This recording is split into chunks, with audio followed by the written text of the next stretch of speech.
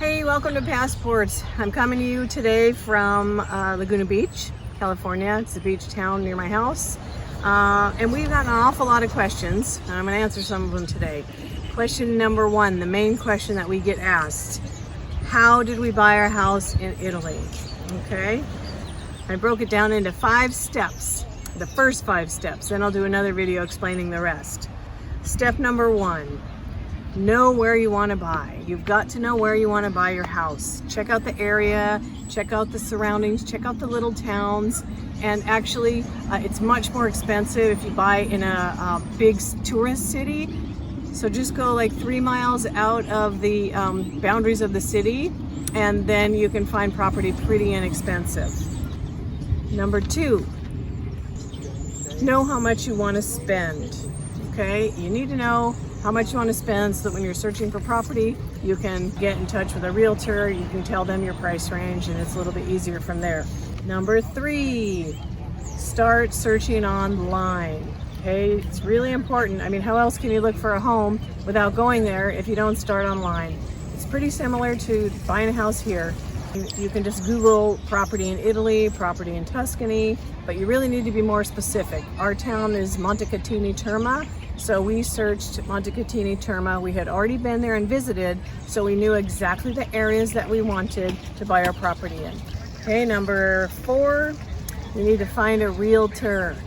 That's probably your most challenging part because when you email a realtor, they're probably thinking, oh geez, is this American wasting our time? Are they really gonna travel 5, 6, 7,000 miles to come and look at property? Are they serious? Do they know what's involved in buying property? I'll give you more information on that in a little bit too. And then the 5th, be ready to go to Italy at the last moment, paying an expensive airfare to purchase your property. That's the only way to do it. You don't want to waste your realtor's time. You can have them set up properties ahead of time, etc., etc. So now I'm going to dive into the meat of these 5 topics. We bought our house in a little tourist town about 30 miles between Pisa and Florence, both which have an airport. So we're all set with airports. We paid cash for our home, 54,000 euro, and that's about 62,000 US dollars at the time. So here's some pictures of our place. And while I talk you through the 5 steps, I'll show you pictures of our little town and the area that we bought in. And it's particularly lovely at Christmas time. You really have to go check out the area. Know where you want to live in that particular city. Do you want to live near the city center? Do you want to live in the old town?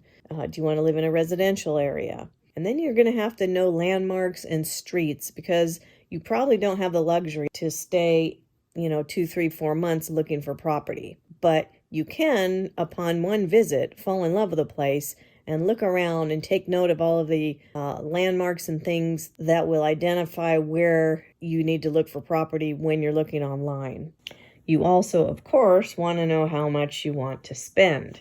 I mean, this one's self-explanatory. Have a price range. It's best to pay cash in Italy because financing, from what I understand, is a huge feat when you're coming from another country. It can be done, I guess, but I don't know how to do it. And I just know that our realtor was very happy that we were paying cash because he said it was very difficult to get a loan not being an Italian citizen. So when you're searching online, the actual online search when you find a property you're interested in is probably going to lead you to the 4th step of finding the realtor. Just Google where you want to look for a property. I just Googled property for sale in Montecatini Terme, Italy. Then you'll come across a bunch of properties, obviously.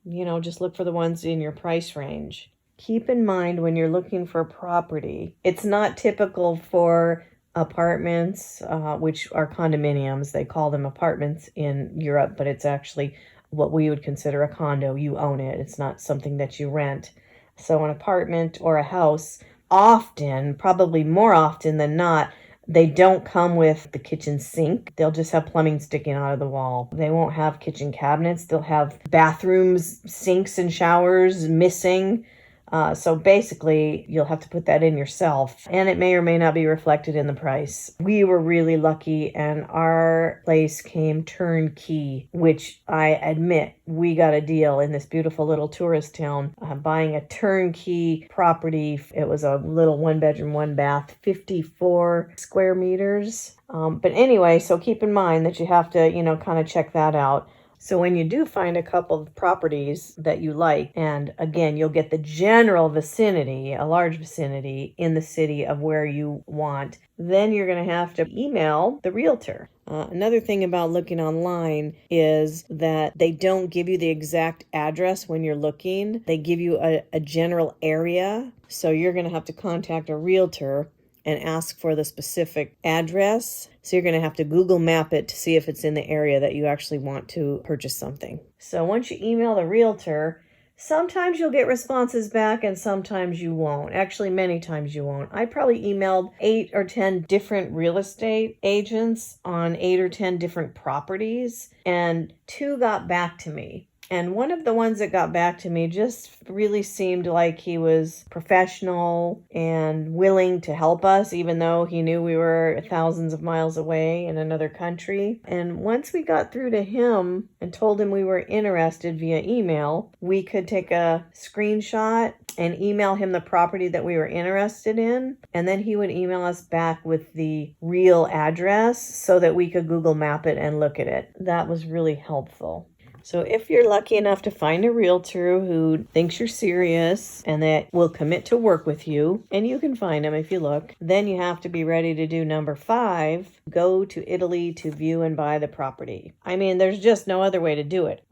My husband and I decided one weekend when we were looking at property that we liked 2 that we saw and that we had to bite the bullet and go because that was the only way it was going to happen. So we emailed our realtor, we booked last minute plane tickets, and we literally went to Italy from California for a 5-day weekend. And we told the realtor we were coming in on a certain day. We asked him if he would please prepare as many properties as he could for us to see. And he did. And we got there and we looked at the properties. We found the one we fell in love with and knew right that second that it was the one. And that started the whole process of buying the property. We had to go get fiscal numbers. We had to open bank accounts. We had to do all the paperwork and stuff to put in an offer. And that alone was a process that was just very cumbersome to do. And what we didn't realize is that everything's closed on the weekends, and that Monday or Friday, one of the days we were there, was a national holiday. So we literally only had 2 working days to get it done. And